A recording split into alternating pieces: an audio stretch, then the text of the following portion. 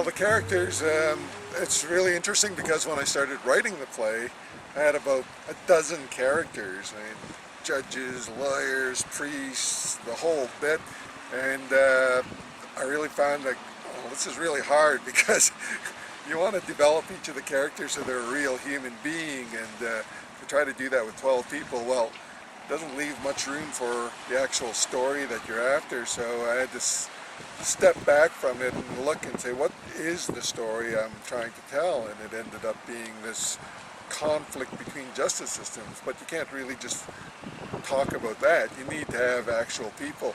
And so to do that, I developed, I sort of slimmed it down so that we had representatives from the justice system, the prospectors, and the First Nations. And I picked two of each, one older, one younger, so that there's a representation of the new way of thinking and the old ways of thinking.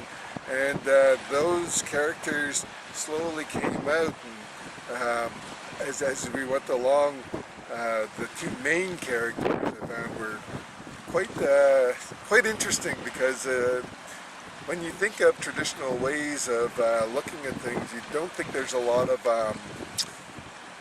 wiggle room to move. But when you develop characters, you realize that personalities come in, and things start to become more malleable. And so with our exploration, we've done it through several workshops and talking to various people and reading up on the stories and the history of Tagish peoples. So yeah, it's been a real exploration in terms of research and writing and imagination.